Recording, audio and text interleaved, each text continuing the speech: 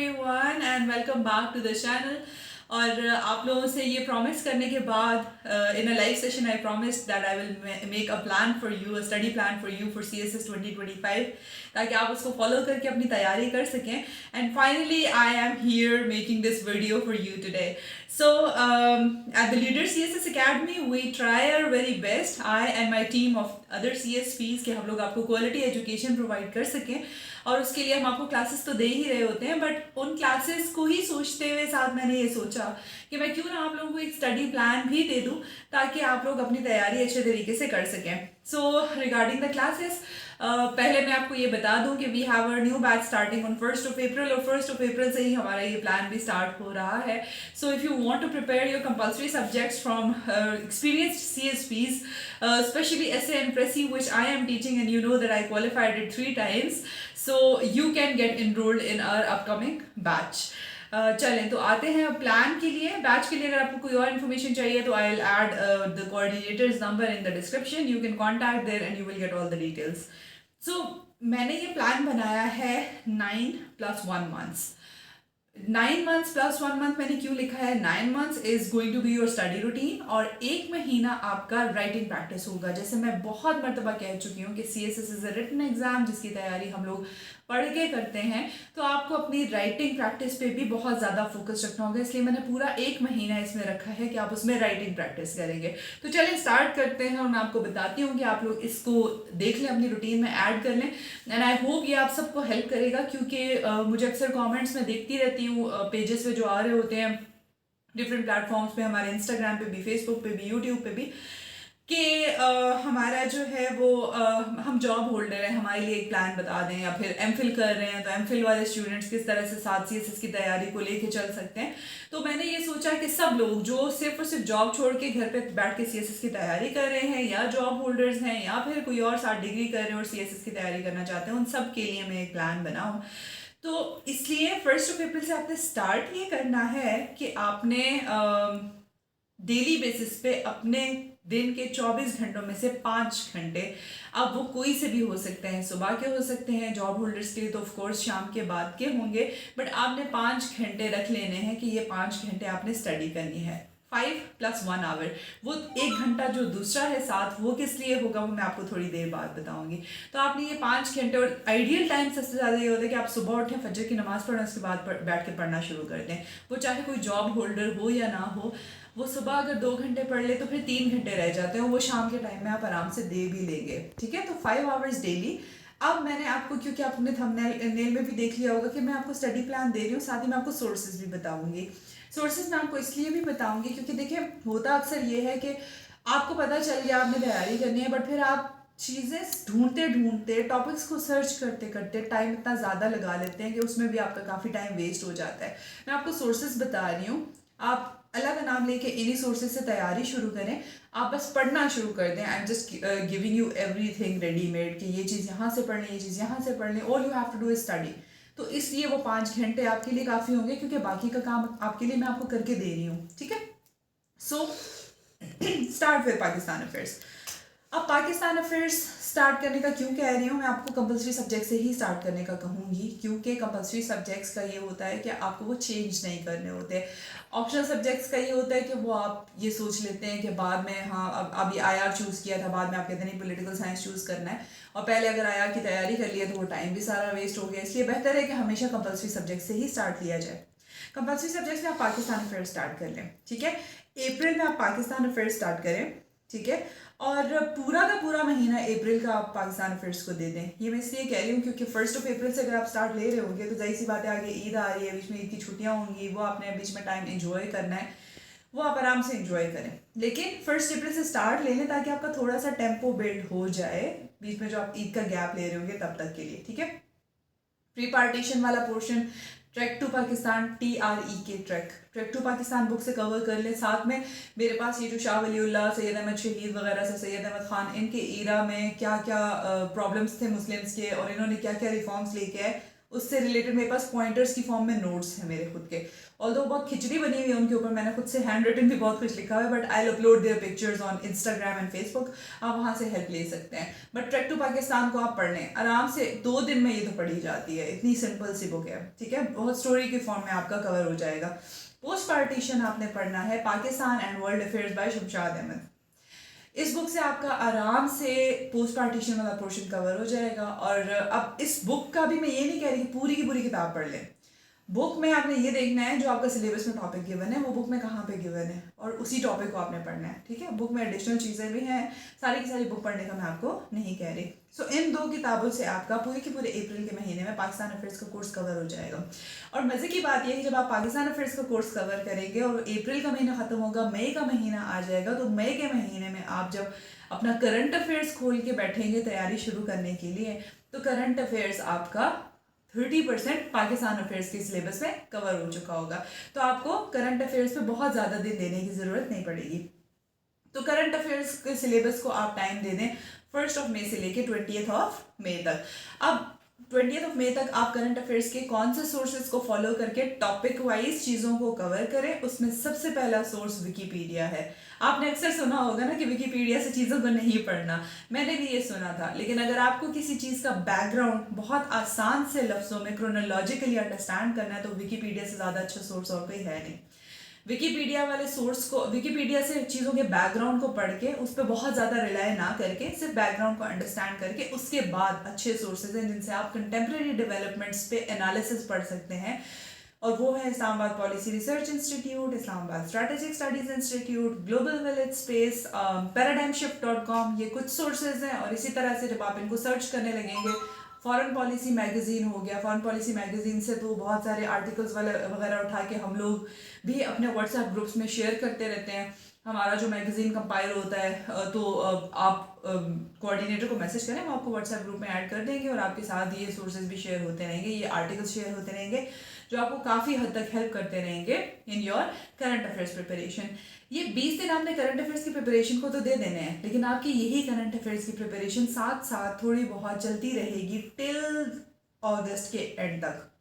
अगस्त के एंड तक ये देखें कि ये जो सिलेबस आपने कवर किया है 20 दिनों में, इससे रिलेटेड कुछ भी इंपॉर्टेंट डेवलपमेंट अगर हो रही है तो उससे रिलेटेड अगर कोई अच्छा आर्टिकल आपको मिल जाता है, मतलब टाइम कभी देख लिया, ठीक है, कभी न्यूज़पेपर खोल के देख लिया, आइडिया हो गया चीज़ें हैं, या फिर न्यूज़ देखते हुए आपको आइडिया हो जाता है कि अच्छा हाँ ये फला टॉपिक है, इसके कॉन्टेक्स्ट में ज़्यादा कोई ज़्यादा इंपॉर्टेंट डेवलपमेंट हो रही है, तो वो चीज़ें आप साथ अपने नोट्स में ऐड करते रहेंगे। करंट अफेयर्स की तैयारी आपकी इस टाइम पे तो होगी, लेकिन उसके बाद उसमें चीज़ें ऐड करनी पड़ेंगी आपको साथ साथ, ठीक है। तो साथ साथ आपको न्यूज़ पे नज़र रखनी होगी।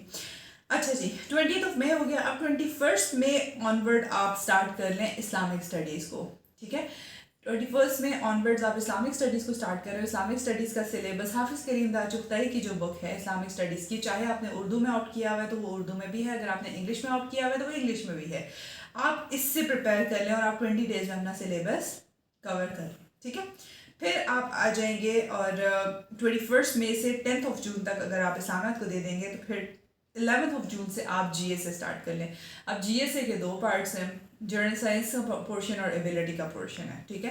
एट LCA हम लोगों का जर्नल साइंस का पोर्शन अलग से मैम मरियम पढ़ा रही हैं और सर दाऊद पढ़ा रहे हैं एबिलिटी का portion, and they are both teaching it very very well, ठीक है। तो यहाँ पे आप 11 जून को अगर GSA स्टार्ट कर लेते हैं तो GSA, और अगर if you are taking classes at LCA as well, तो आपका तो आराम से GSA के छोटे छोटे टॉपिक्स के आपको लेक्चर्स मिल जाएंगे, तो आपको आराम से कवर हो जाएंगे लेक्चर्स से ही। अदरवाइज आपको GSA जो सोर्सेज है GSA के लिए वो बस आप इंटरनेट से ही प्रिपेयर करें, because I also prepare from internet, like Google कर लिया या यूट्यूब से वीडियोस देख ली, और एबिलिटी वाले पोर्शन के लिए सीख लिया कुछ किसी से सिलेबस वाइज, तो आप भी क्लासेस ले सकते हैं। That way you will learn it well, ठीक है। हमारा अपकमिंग बैच आ रहा है, यू कैन गेट रजिस्टर्ड।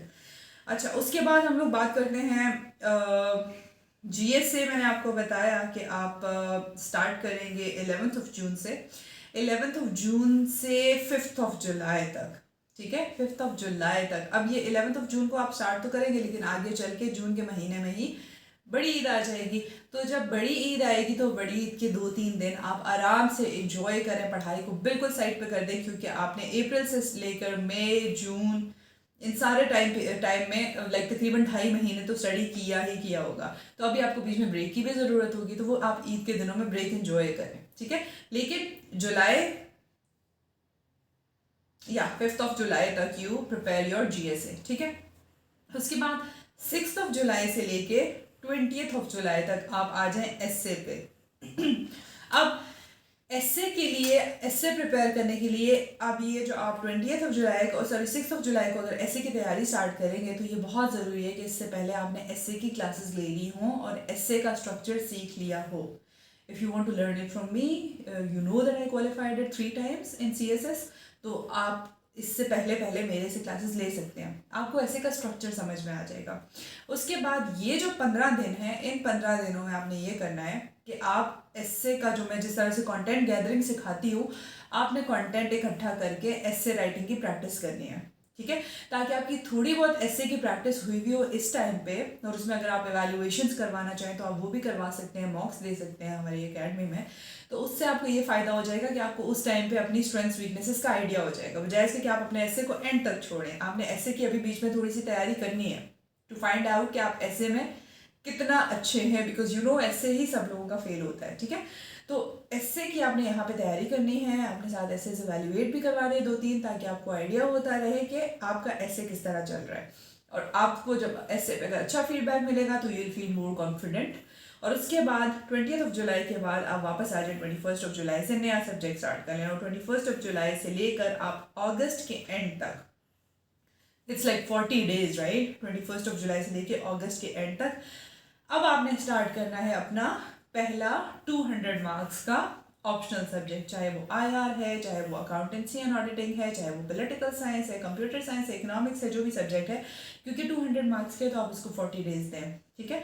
सो 21 जुलाई से लेके अगस्त के एंड तक आप इसकी तैयारी करें, और उसके बाद आप सितंबर में आ जाएंगे, सितंबर स्टार्ट हो जाएगा, और सितंबर स्टार्ट करके सितंबर के स्टार्ट से लेके 22 दिनों तक 22 सितंबर तक आप अपना 100 मार्क्स का दूसरा ऑप्शनल सब्जेक्ट कवर कर सकते हैं, ठीक है। फिर 23 सितंबर से लेकर 20th अक्टूबर तक, दैट मेक्स इट रफली अ मंथ, आप अपना 100 मार्क्स का तीसरा ऑप्शनल सब्जेक्ट कवर कर सकते हैं, ठीक है। अब 20th अक्टूबर तक जब आपने ये कर लिया तो फिर 21 अक्टूबर से लेके अक्टूबर के एंड तक अगैन ये 10 दिन आप फिर से एस्से की प्रैक्टिस को दें, ठीक है। जो लोग मुझसे एस्से की क्लासेस ले चुके हैं उनको समझ में आ रही होगी कि हाँ, मतलब स्ट्रक्चर सीख लिया है, अब कंटेंट गैदरिंग करनी है सिर्फ और एस्से लिखना है। सो पहले हमने 10 दिन दिए, 15 दिन दिए, 10 दिन हम दोबारा दे रहे हैं, 25 दिन हम दे रहे हैं, which will be like quite some time जो हम एस्से को दे रहे होंगे, ठीक है। फिर हम नवंबर में आ जाते हैं और नवंबर का स्टार्ट आ जाता है, तो नवंबर के स्टार्ट में आप 100 मार्क्स का अपना ऑप्शनल सब्जेक्ट, आपके दो जो 100 मार्क्स के सब्जेक्ट्स हैं, नवंबर और दिसंबर 2 महीने रह जाते हैं। इन 2 महीनों में आप अपनी जो अगर किसी और सब्जेक्ट की तैयारी कुछ रहेगी है वो भी कर सकते हैं, साथ ही साथ 100 मार्क्स के 2 ऑप्शनल सब्जेक्ट्स नवंबर और दिसंबर में, और या फिर 200 मार्क्स का होता है ना, कुछ लोगों ने 200 मार्क्स के 2 ऑप्शनल सब्जेक्ट्स चूज़ किए हुए होते हैं, तो 200 मार्क्स का कोई एक ऑप्शनल सब्जेक्ट या फिर 100 मार्क्स के दोनों ऑप्शनल सब्जेक्ट्स जो हैं वो आप अपने इन दोनों महीनों में कवर कर सकते हैं। फिर जनवरी आ जाता है, लेकिन जनवरी को बताने से पहले मैंने आपको इंग्लिश पर्सियन कॉम्पोजिशन तो बताया ही नहीं। वो मैंने आपको इसलिए नहीं बताया कि मैंने आपको ये कहा था कि आपने 5 hours प्लस 1 hour डेली देना है। तो डेली रात को जो मेरी रूटीन होती थी दैट यूज्ड टू बी रात को 10 बजे से लेकर 11 बजे, ठीक है।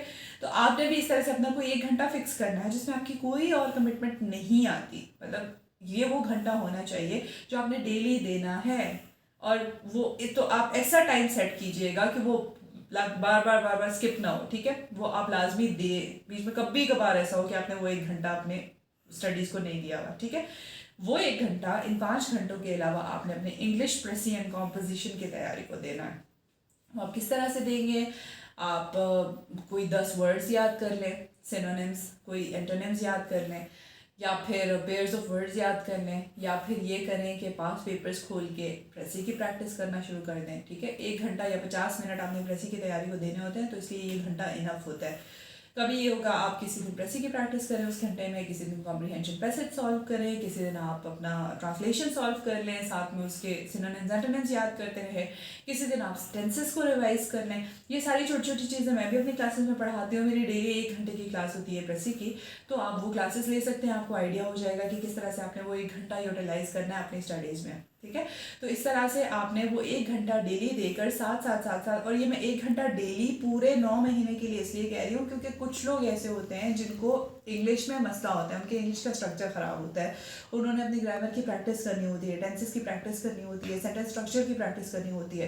तो ये डेली बेसिस पे साथ साथ अगर टाइम नहीं देंगे इंग्लिश को, तो फिर ये सारा टाइम जो आप दे रहे होंगे इसमें आपको बड़ा मसला हो जाएगा।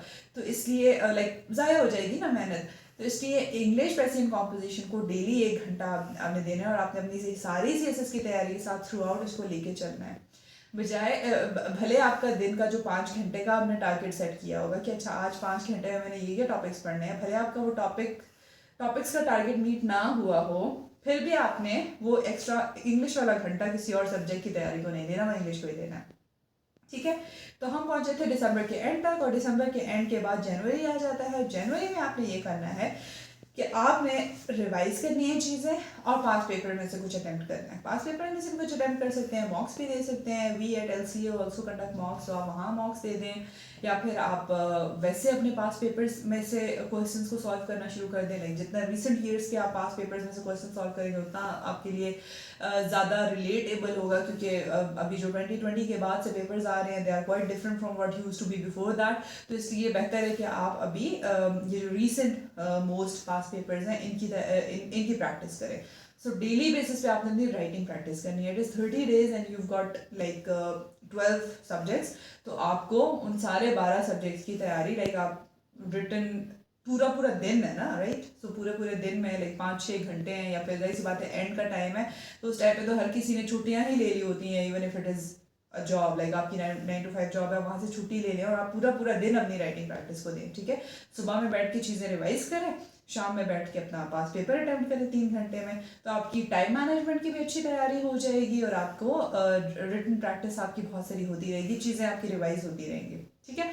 तो ये इस तरह से आपने टाइम देना है, लेकिन इस सारे टाइम में आपने ये भी इंश्योर करना है कि आप 10 मिनट हो 15 मिनट हो साथ सब्जेक्ट के MCQs को जरूर दें, because MCQs are very important. They comprise of like 220 marks of your overall exam के मार्क्स की weightage, and which is very significant. तो MCQs को भी लाजमी टाइम दें, ठीक है। अच्छा जी, मैंने आपको फिर उसके बाद फरवरी का स्टार्ट जैसे ही आएगा, जनवरी के एंड तक आप सारे सब्जेक्ट्स की रिटन प्रैक्टिस को दें टाइम, और उसके बाद फरवरी जैसे ही स्टार्ट हो जाता है, तो जैसे अभी 29 फरवरी को और लास्ट आपका एग्जाम हुआ है, उससे पहले 12 फरवरी को हुआ था, कभी 16 फरवरी को हो जाता है। तो फरवरी के आपको जितने भी दिन मिलते हैं वो होली सोली फिर से डेडिकेटेड होंगे एस्से के लिए। तो यूँ हम लोग अपनी प्रिपरेशन के सारे टाइम फ्रेम में 3 मरतबा एस्से को टाइम दे रहे होंगे, जो कि एस्से के सब्जेक्ट का हक बनता है, और अगर वो आप हक पूरा करेंगे तो आपका एस्से पास भी होगा। I hope this plan will be helpful for all of you, those working, those not working, those studying. और if you have any other questions, you can comment down on this video, and do join our batch, compulsory subjects batch, and I'm sure you will not regret it. Take care. I'll see you in the next video. Allah Hafiz.